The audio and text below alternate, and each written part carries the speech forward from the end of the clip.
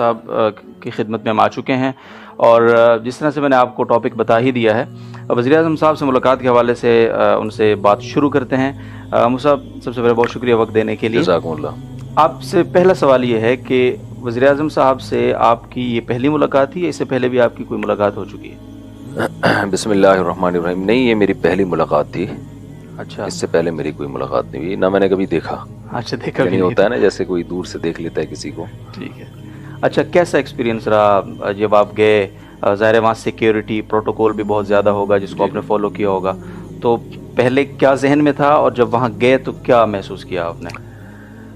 ذہن میں یہ تھا کہ بہت زیادہ سیکیورٹی ہوگی، بہت وزیر اعظم کا بہت زیادہ پروٹوکول ہوگا، لیکن سادگی معلوم ہوئی ہے مجھے تو، یعنی صحیح ہے، بہت ہی ایک، جیسے ہم گئے ہیں تو صرف نام انہوں نے دیکھا لسٹ میں، جی، جن علماء کے نام تھے ان میں ہے یا نہیں ہے، ٹھیک ہے، اندر چلے گئے آرام سے اندر۔ تو پھر میں جیسے ہی گیا تو گورنر ہاؤس میں، آپ کو پتہ ہے وہ پولیس کے لوگ، سیکیورٹی کے لوگ ویسے ہی مجھے سنتے ہیں، تو ان کی سیلفیاں شروع ہو گئیں۔ صحیح ہے، تو مجھے تو یہ لگ رہا تھا کہ گیٹ کے اوپر ایک بزرگ کھڑا تھا، لسٹ والا، وہ بزرگ تو آنکھ اٹھا کے دیکھ ہی نہیں رہا تھا نا، اس نے کہا کہ شناختی کارڈ دکھائیں کہ آپ مفتی طارق مسعود ہیں۔ ہاں، اس نے ایک شناختی کارڈ، وہ آنکھ اٹھا کے دیکھ ہی نہیں رہا نا، وہ کہہ رہے آئی ڈی کارڈ دکھائیں۔ ٹھیک ہے، تو اس کو لوگ کہہ رہے تھے بھائی تو منہ تو اٹھا تھوڑا سا اوپر۔ اچھا، پھر تو اندر گئے ہیں تو بہت ہی ایک گھریلو سا ماحول تھا، اور سیکیورٹی گارڈ خود ہی سیلفیاں لے رہے تھے۔ ٹھیک ہے، تو مجھے تو شاید یہ لگ رہا تھا کہ میں وزیر اعظم ہوں۔ ٹھیک ہے، اچھا، خیر ہم اندر، اس وقت تک وزیر اعظم صاحب نہیں تھے، صحیح ہے، ہم اندر جا کے بیٹھے تو ایک روم میں اور بھی علماء بیٹھے ہوئے تھے مختلف مکاتب فکر کے، تو تھوڑی دیر میں وزیر اعظم صاحب آ گئے۔ فرسٹ امپریشن کیا پڑا جب وہ آئے؟ پہلا امپریشن تو یہ کہ ایک فزیکل فٹنس ماشاءاللہ، اس سے میں بڑا متاثر ہوا۔ ٹھیک ہے، بعض لوگ آپ کو ویڈیو میں اچھے لگتے ہیں، جب حقیقت میں دیکھو تو نہیں لگتے، بعض ایسے ہوتے ہیں جو ویڈیو میں اچھے نہیں لگتے، حقیقت میں زیادہ لگ رہے ہوتے ہیں۔ تو جو فٹنس کا میرے دماغ میں تصور تھا 70 سال کی عمر میں، اس سے زیادہ فٹنس مجھے نظر آئی۔ ایک دم نہیں، ایک دم آدمی آتا بڑا جیسے پہلوان، تگڑا آدمی، پہلوان تو نہیں لیکن تگڑا آدمی۔ صحیح ہے۔ اچھا صاحب، اس ملاقات کا آغاز کیسے ہوا؟ یعنی وزیر اعظم صاحب آ گئے، بیٹھ گئے، تو پھر آگے کہانی کیسے شروع ہوئی؟ جب وزیر اعظم صاحب آ کے بیٹھے ہیں تو گورنر نے حضرت مفتی عبدالرحیم صاحب کو مائک دیا کہ آپ آغاز کریں، تو اچھا لگا ہمیں کہ ایک عزت دی جا رہی ہے علماء کو، اور خاص طور پہ جو میرے پیر و مرشد ہیں۔ ٹھیک ہے نا، صحیح ہے۔ تو ویسے تو سب ماشاءاللہ وہاں قابل احترام تھے، سب علماء تھے، لیکن یہ انسان کی نیچر ہے۔ بالکل۔ تو حضرت نے پھر بتایا کہ مفتی عبدالرحیم صاحب، بعد میں ہماری جب حضرت استاد صاحب سے، حضرت مفتی عبدالرحیم صاحب کو ہم استاد صاحب کہتے ہیں، تو ان سے ملاقات ہوئی تو کہ آپ کو مائک کیوں دیا؟ انہوں نے کہا میں خود بھی حیران تھا کہ شاید تلاوت کے لیے دیا ہے کہ آغاز کروں میں۔ پھر انہوں نے بات شروع کر دی کہ جیسے اللہ تعالیٰ نے حاکم کا حق بتایا ہے، حاکم کے اوپر کچھ ذمہ داریاں ہیں رعایا کی، تو رعایا کے اوپر بھی کچھ ذمہ داریاں ہیں حاکم کی۔ تو دونوں ذمہ داریوں کا انہوں نے تذکرہ کیا کہ یک طرفہ نہیں ہے، عوام پر یہ ذمہ داری ہے، حاکم پر تو ذمہ داریاں سب کو معلوم ہے، لیکن عوام کی یہ ذمہ داری ہے کہ پہلی بات تو اس کے سامنے حق بات کہنا، کلمۃ حق عند السلطان، کہ بادشاہ کے سامنے حق بات کہی جائے۔ یہ ایک حق بات ہے کہ یہ بھی ایک حق بات تھی جو انہوں نے کہہ دی کہ کوئی غلطی ہو، کوئی خرابی ہو، تو یہ جو چاپلوسی اور یہ سب چیزیں نہیں ہوں، وہ آرام سے عزت احترام کے ساتھ سامنے کہہ دی جائے کہ یہ چیز ٹھیک نہیں ہے۔ دوسری بات یہ کہ جو کام حاکم اچھے کر رہا ہو اس میں اس کو اپریشیٹ بھی کیا جائے، یہ نہ ہو کہ تنقید ہی چلتی رہے، بھائی کوئی اچھا کام ہے تو اس میں بتایا جائے کہ ہم اس میں آپ کے ساتھ ہیں اور ہمیں اچھا لگا، یہ آپ نے بہت اچھا کیا۔ تو یہ تمہیدی بات انہوں نے شروع کی۔ پھر بتایا کہ صحیح بخاری سے پتہ چلتا ہے کہ 9 حق ہیں عوام پر حاکم کے، جیسے حاکم پر عوام کے حقوق ہیں تو عوام پر بھی 9 حقوق ہیں حاکم کے۔ تو دونوں طرف ہمیں دیکھنے کی ضرورت ہے، یک طرفہ نہیں ہے۔ یعنی میں شاید اس کو اپنے الفاظ میں یہ ڈیفائن کروں کہ ہوتا یہ ہے کہ حکومت یہ دیکھ رہی ہوتی ہے کہ عوام جو ہے نا وہ ساری ذمہ داریاں پوری کرے، جو ہماری اطاعت کرے، ہماری فرمانبرداری کرے۔ تو یہاں سے بات کا آغاز ہوا۔ پھر وزیر اعظم صاحب، اچھا حضرت نے شاید یہ اس میسج میں یہ بتانا تھا کہ بھائی کوئی بات اگر آپ کو حاکم کے غلط لگتی ہے تو عزت احترام کے ساتھ آپ پیش کریں، وہ پیش کریں، ٹھیک ہے، اور ساتھ ساتھ کوئی اچھا کام ہے تو اس میں اپریشیٹ بھی کریں۔ جی ٹھیک ہے، کیونکہ تجربہ انہوں نے بتایا کہ یہ بتاتا ہے کہ یا تو تنقید شروع ہو جاتی ہے یا تعریف ہی شروع ہو جاتی ہے، یک طرفہ ٹریفک چلتا ہے، تو وہ نہیں ہونا چاہیے۔ اچھا، شروع میں حضرت نے بات کی، پھر اس کے بعد ہم شروع سے اس کے بعد جو ہے پھر وزیر اعظم صاحب کو مائک دیا گیا۔ اچھا، تو وزیر اعظم صاحب نے جو بات شروع کی ہے، میں حیران اس پر ہوا کہ وہی ٹاپک جس میں 15 سال سے چیخ رہا ہوں۔ مجھے لگا کہ چلو یار ایک آدمی تو متفق ہے۔ صحیح ہے۔ بات انہوں نے یہاں سے شروع کی کہ ہمارا فیملی سسٹم تباہ ہو رہا ہے، یعنی اگر یہ وزیر اعظم کے علاوہ کوئی اور میرے سامنے بیٹھ کے بات کرتا، میں سمجھتا کہ یہ اس نے مجھے دیکھ لیا ہے اور اس کو پتا ہے کہ ان مولانا صاحب کا ٹاپک ہی یہی ہے, دلچسپی ہے, 15 سال سے اسی پر بات کر رہے ہیں, تو ان کو خوش کرنے کے لیے ظاہر ہے یہاں تو ایسا نہیں ہو سکتا. بالکل ایسے ہی. تو وزیر اعظم صاحب نے جو بات کا آغاز کیا وہ اس پر آغاز کیا کہ میں 18 سال کی عمر میں یو کے گیا تھا, وہاں طلاق کا ریشو 14 فیملیز میں سے ایک میں ڈیورس کا ریشو تھا,